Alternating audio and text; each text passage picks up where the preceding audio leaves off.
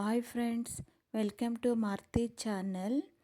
ಬೇಳೆ ಸೊಪ್ಪು ಸಾಂಬಾರು ಮಾಡೋದು ನೋಡೋಣ. ತುಂಬ ಸುಲಭವಾಗಿ ಕೂಡ ಮಾಡ್ಕೋಬೋದು. ಮುದ್ದೆ, ಅನ್ನ, ಚಪಾತಿ, ಇಡ್ಲಿಗಂತೂ ತುಂಬ ಚೆನ್ನಾಗಿರುತ್ತೆ.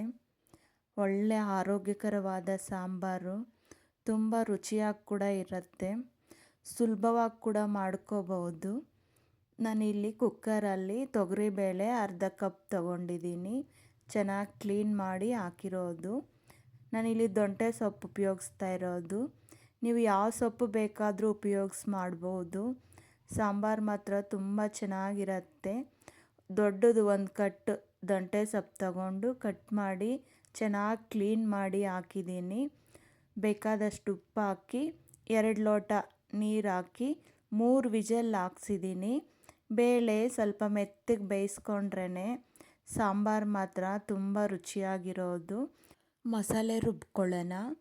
ಕೊಬ್ಬರಿ ಸ್ವಲ್ಪ ನೋಡಿ, ಒಂದು ದೊಡ್ಡದು ಈರುಳ್ಳಿ, 3 ಟೊಮೊಟೊ ಉಪಯೋಗಿಸಿದ್ದೀನಿ. ಬೆಳ್ಳುಳ್ಳಿ 1 ಗಡ್ಡೆ ಹಾಕಿ ಮಸಾಲೆ ರುಬ್ಬಿ ಹಾಕಿ ಮಾಡೋದ್ರಿಂದ ಇದೇ ಒಂಥರ ರುಚಿ ಕೊಡುತ್ತೆ. ಸಾಂಬಾರು ಕೂಡ ತುಂಬ ಚೆನ್ನಾಗಿರುತ್ತೆ. ಒಂಚೂರು ಅರಿಶಿನ ಹಾಕಿ, 1 ಸ್ಪೂನ್ ಧನಿಯಾ ಪುಡಿ, 1 ಸ್ಪೂನ್ ಖಾರದ ಪುಡಿ, ಕಡಲೆ ಬೀಜ ಉಪಯೋಗಿಸಿದ್ದೀನಿ. ಕಡಲೆ ಬೀಜ ಆಪ್ಷನಲ್ಲು, ನಮ್ಮ ಮನೆಯಲ್ಲಿ ಉಪಯೋಗಿಸೋದ್ರಿಂದ ಹಾಕಿದ್ದೀನಿ. ನೀವು ಬೇಕಾದರೆ ಸ್ಕಿಪ್ ಮಾಡ್ಬೋದು. ಸ್ವಲ್ಪ ನೀರು ಹಾಕಿ ನುಣ್ಣಗೆ ರುಬ್ಕೊಳ್ಳೋದು. ನೋಡಿ, ಬೇಳೆ ಸೊಪ್ಪು ಎಲ್ಲ ಚೆನ್ನಾಗಿ ಕರೆಕ್ಟಾಗಿ ಬೇಯಿಸ್ಕೊಂಡಿದ್ದೀನಿ. ಬೇಳೆ ಬಾಯಿಗೆ ಕೂಡ ಸಿಗತ್ತೆ.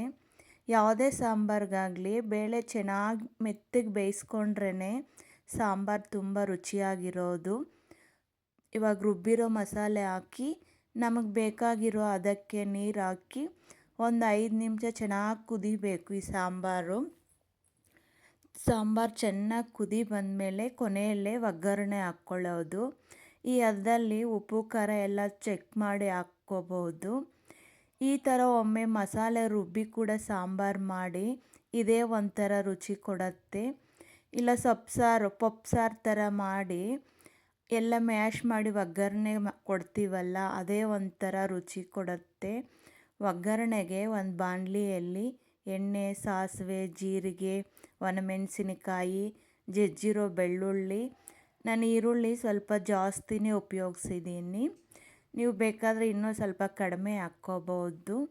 ಒಂಚೂರು ಅರಿಶಿನ ಹಾಕಿ ಚೆನ್ನಾಗಿ ಫ್ರೈ ಮಾಡಿಕೊಂಡು ಕುದೀತಾ ಇರೋ ಸಾಂಬಾರಿಗೆ ಹಾಕ್ಕೊಳ್ಳೋದು. ಒಗ್ಗರಣೆ ಹಾಕಿ ಚೆನ್ನಾಗಿ ಮಿಕ್ಸ್ ಮಾಡಿ 1 ನಿಮಿಷ ಕುದಿಸಿದ್ರೆ ಸಾಕು.